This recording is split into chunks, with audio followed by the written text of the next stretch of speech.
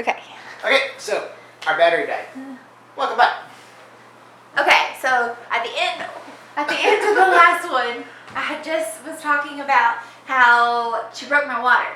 So, and I was saying that, you know, it was just such a disappointment. I remember it being like so much going on so quick. And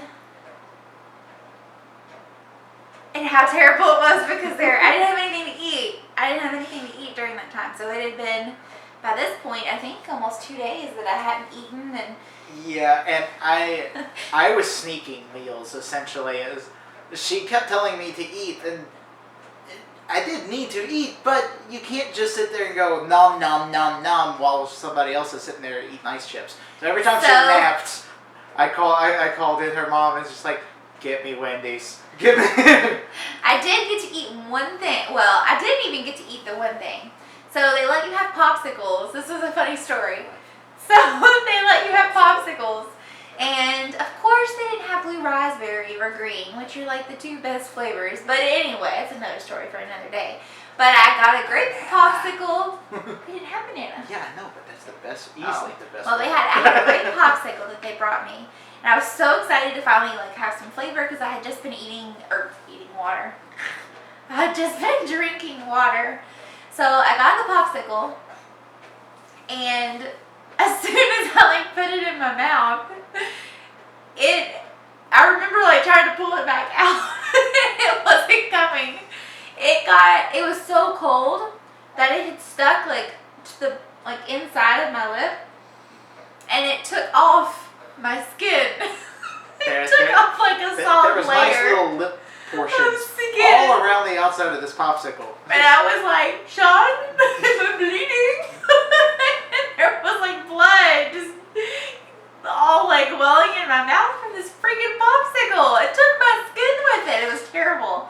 So needless to say, I did not finish that popsicle, and now I was suffering from like skin missing on my lip. Trauma upon trauma, apparently. With a bruised or a blown, it was a mess. Anyway.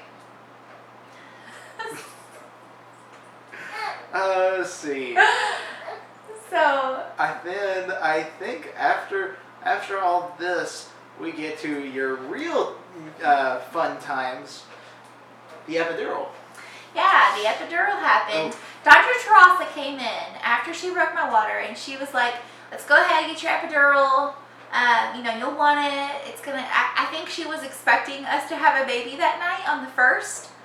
And this is getting late on the 1st, like 8 o'clock-ish night. So we had started Pitocin after she broke the water. I started having some really minor contractions. They weren't too serious, but I decided to go ahead and get the epidural because she told me to go ahead and get it. And we've been there for 24 hours at this point. I got the epidural. And from this point on, it was just crazy. I mean, the contractions started. They ended up upping the Pitocin even beyond what the hospital recommended because they just what was it? They were coming, but they weren't as strong. Like they weren't coming as frequent or as strong as they were supposed to. It wasn't. Yeah, it was barely hitting. Here, make sure the battery's still going. Gotta check our battery. About to die. We are still currently recording. Okay. So, oh gosh. Anyway, I'm not going to go into like super duper specifics, but long story short, I mean, it was first day passed, Ross's shift was ending, and I was like, dang it, because she was our doctor. I mean, she was the one that I knew best, and she was the one that I wanted to deliver you, and that didn't happen. So she left, and the next person on call was Dr. Johnson, who I was familiar with. I had seen her once and was actually pretty impressed with her, so I wasn't too disappointed. And she takes place in early November 2nd. These nurses, Cora, they were coming in and out, and I was asking, when is this baby going to come? And they all kept saying, she's going to come today. She's going to come today. On November 1st, I remember thinking, they kept saying, she's going to come today. You're like, woohoo! Ended November 1st. They were like, November 2nd, she's going to come. Woohoo! Johnson assured us. Johnson assured us at one point by midnight we were going to have a baby on the 2nd. And it didn't happen. And so, I mean, at some point, I think it was November 2nd about, I think right around, no, I think it was November 3rd already when I started pushing. Because she was born at 5 a.m. and I was pushing for 3 hours. So it must have just started in November 3rd. You were... So I had started about pushing. 8 or 9 centimeters for 5 or 6 hours. I had started pushing around, it must have been like 12:30, 1 o'clock. I don't know, because in the morning on the 3rd. It was, because that, I pushed that makes for sense. 3 hours. Because here's the thing you never expected to have to go through. She had been doing so much for so long, and these contractions were coming so far apart. At 2 a.m. On November 3rd, we were falling asleep during the delivery. Literally falling asleep while pushing. Yeah, that happened. You, me, and our one nurse who really didn't want to do it because that's not what she did. I wasn't real confident that she knew what she was doing. All the rest of the nurses and Dr. Johnson were with another delivery. Your dad kept like falling asleep in between contractions, and then he would say like to the nurse, "I need some Coke." So he kept getting Coke delivered, and I was like mad because I wanted Coke. All the cocaine. I mean, so much cocaine. No. Coca-Cola. Go check, make sure it's silver. Oh. And I was falling asleep in between contractions. We're good. It was so hard to stay awake because, at this point I was still going like 5-6 minutes in between contractions, which they said was not really great, but what do you do?